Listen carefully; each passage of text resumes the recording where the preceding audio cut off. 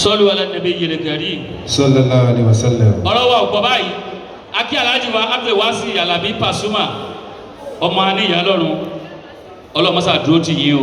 Àmín. Alhaji wa Sulaiman ojú òde tì yín nígbẹ̀yìn. Àmín ya La Allah. hawla wala quwwata Illa billahi al-aliyyil azim. À ń lọ bí àdúrà.